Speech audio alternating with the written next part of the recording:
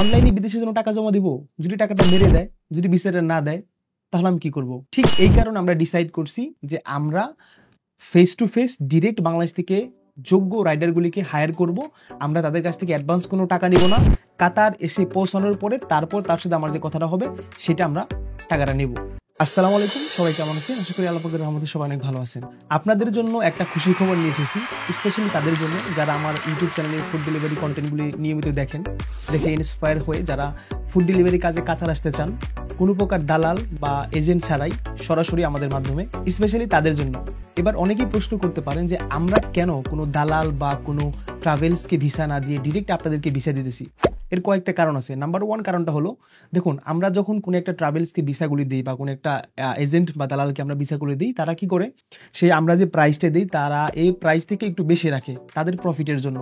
Plus আমরা যে অপশনগুলি তাদেরকে দিই যে কোম্পানি এটা প্রোভাইড করবে, তারা ভিসাটাকে আরও একটু হাই রেটে সেল করার জন্য তার আরও কিছু কথা বানিয়ে বলে। তো যার কারণে মূল প্রবলেমটা হয়, অনেক মানুষ কাতারে দেখে আসে, তারা বলে যে ভাই আমাকে দালালে বলছে এই কথা, আমি আসার পরে এই বিপদে পড়ছি, বা আমাকে বলছে কোম্পানি এটা দেবে সেটা দেবে, আমি তো সেটা পাইতেছি না। তো এই যে প্রবলেমগুলি হয়, আমি চাইতেছি না যে সেই প্রবলেমগুলো হোক। যার কারণে আমরা ডিরেক্ট ফেস টু ফেস কথা বলি, রাইডারের সাথে কথা বলে তার প্রবলেমগুলি শুনে ওইভাবে আমরা ডিসিশন নিয়ে কাজগুলো করতে চাচ্ছি। অনলাইনে বিদেশের জন্য টাকা জমা দিব, যদি টাকাটা মেরে দেয়, যদি ভিসাটা না দেয়, তাহলে আমি কি করব? ঠিক এই কারণে আমরা ডিসাইড করছি যে আমরা face to face direct Bangladesh থেকে যোগ্য রাইডারগুলিকে হায়ার করব। আমরা তাদের কাছ থেকে অ্যাডভান্স কোনো টাকা নিব না। কাতার এসে পৌঁছানোর পরে তারপর তার সাথে আমার যে কথাটা হবে সেটা আমরা টাকাটা নেব। আমরা চাইলেও সবাইকে আনতে পারবো না, আমরা শুধু তাদেরকেই আনবো যারা এই কাজটা করার জন্য যোগ্য বা কাজটা করতে পারবে। এবার অনেকের মাথায় প্রশ্ন আসতেছে যে কি কি যোগ্যতা প্রয়োজন ফুড ডেলিভারি কাজে আসার জন্য, বা কি কি ডকুমেন্টগুলো প্রয়োজন। নাম্বার ওয়ান, আপনাকে বেসিক ইংলিশ জানতে হবে যদি আপনি কাতারে ফুড ডেলিভারি করতে চান। কতটুকু ইংলিশ জানতে হবে বা কি, এই বিষয় নিয়ে আমার অলরেডি আরেকটা ভিডিও তৈরি করা আছে আমার ইউটিউব চ্যানেলে, গিয়ে দেখে আসবেন। নাম্বার টু, যে বাংলাদেশে বাইক লাইসেন্স থাকাটা বাধ্যতামূলক কিনা। এর অ্যান্সারটা হলো যে বাংলাদেশের বাইক লাইসেন্স থাকাটা বাধ্যতামূলক না, তবে যদি আপনার থাকে সেটা আপনার জন্য প্লাস পয়েন্ট। কাতার আসার পরে আমরা খুব ইজিলি আপনার জন্য প্রসেস করতে পারবো ট্রাফিক ডিপার্টমেন্টের সাথে কথা বলে। যদি সেটা তারা অ্যালাউ করে তাহলে আপনার জন্য হাফ কোর্সের ব্যবস্থা করতে পারবো। তবে আপনাদের কারো কাছে যদি অন্য কোনো রাষ্ট্রের বা স্পেশালি গালফের ভ্যালিড লাইসেন্স থাকে তাহলে প্লাস পয়েন্ট, আমরা ডিরেক্ট লাইসেন্সটা উঠাতে পারবো। এবার অনেকের মাথায় প্রশ্ন ঘুরতেছে, ওকে ফাইন, আমি বুঝতে পারলাম যে কি কি ডকুমেন্টস লাগবে, এবার আমি কিভাবে আসবো, প্রসেসটা কিভাবে করবো।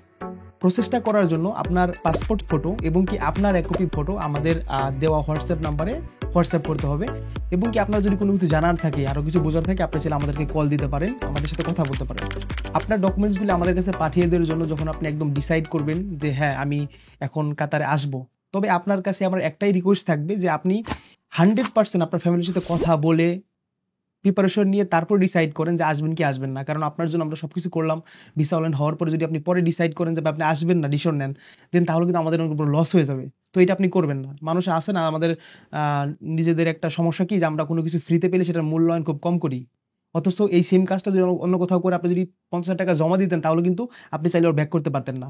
তো এই বিষয়গুলি মাথায় রেখে যে আপনার ধারা যেন কারো ক্ষতি না হয়, যেহেতু কেউ আপনার ভালো করতে চাইতেছে, আপনি কারো ক্ষতি করবেন না। এই কথাগুলি মাথায় রেখে আপনার ফ্যামিলির সাথে পরামর্শ করে যদি তারা আপনাকে সাপোর্ট করে, yes, then you can send your documents and আমরা আপনার ভিসার জন্য অ্যাপ্লিকেশন করবো। দেন নর্মালি এখন ভিসা হইতে কতদিন সময় লাগতে পারে? দেখুন, নর্মালি আপনার ডকুমেন্টসগুলি আমাদের কাছে আসার পরে আমরা সাবমিট করে দেবো। ভিসা অনলাইন হতে 1 থেকে 2 দিন বা ম্যাক্সিমাম 1 সপ্তাহের মতো লাগতে পারে। ভিসা অনলাইন হওয়ার পরে এবার নেক্সট প্রসেসটা হচ্ছে আমাদের আপনার জন্য একটা মেডিকেল অ্যাপয়েন্টমেন্ট নিতে হবে। দেন আপনি গিয়ে মেডিকেলটা করে আসবেন। মেডিকেল ফিট হওয়ার পরে তখন গিয়ে ভিসা প্রিন্ট করে দেবো। ভিসা প্রিন্ট হওয়ার পরে বাংলাদেশ থেকে কোনো একটা, আপনার যদি কোনো পরিস্থিতি থাকে যারা ম্যান পাওয়ার করে করতে পারেন, তা না হলে আমাদেরও একটা অফিস আছে বাংলাদেশে যার মাধ্যমে আমরা ম্যান পাওয়ারগুলো করে থাকি। সেই অফিসের অ্যাড্রেস দিলে আপনি সেখানে গিয়ে ম্যান পাওয়ারটা করে আসবেন। এবার ম্যান পাওয়ার হয়ে গেলে আপনি যদি চান সেই visa copy plus man power দিয়ে আপনি কোনো প্রবাসী ব্যাংক থেকে লোন করবেন 3 লাখ টাকা পর্যন্ত, সেটাও সম্ভব। এবার যখন আপনার ভিসা প্রিন্টটা হয়ে যাবে, ভিসা প্রিন্ট হওয়ার পরে আপনি যদি চান সেই ভিসাটা ভেরিফাই করবেন, চেক করবেন, সব করতে পারবেন। ওকে, তো টিকিট কেটে দেওয়ার পরে আপনি যখন কাতার চলে আসবেন আমরা আপনাকে রিসিভ করবো। তো কাতার আসার পরে আপনি বাদবাকি টাকাগুলি দিবেন। তো এটা ছিল টোটাল আপনার আসার প্রসেসিং টাইম। এইখানে টোটাল প্রসেসিং টাইম আপনার 1 থেকে 1.5 মাস, ম্যাক্সিমাম 1 থেকে 1.5 মাস লাগতে পারে যদি আপনার মেডিকেলে কোনো প্রবলেম না হয়। আশা করি আপনারা বুঝতে পারছেন যে আসলে ফুড ডেলিভারি কাজের জন্য কী কী ডকুমেন্টস প্রয়োজন বা আসতে গেলে কী কী ডকুমেন্টস লাগবে, আসার প্রসেসিং টাইম কতদিন লাগবে। তো এখন যারা আপনারা ডিসাইড করছেন যে আপনারা আসবেন, ওয়েলকাম, আপনারা আসতে পারেন। এখানে দেওয়া হোয়াটসঅ্যাপ নাম্বারে যোগাযোগ করুন বিস্তারিত জানার জন্য। নেক্সট টাইম ইনশাআল্লাহ আবার দেখা হবে। এই সময় ভালো থাকবেন, নিজের খেয়াল রাখবেন। Take care. আসসালামু আলাইকুম।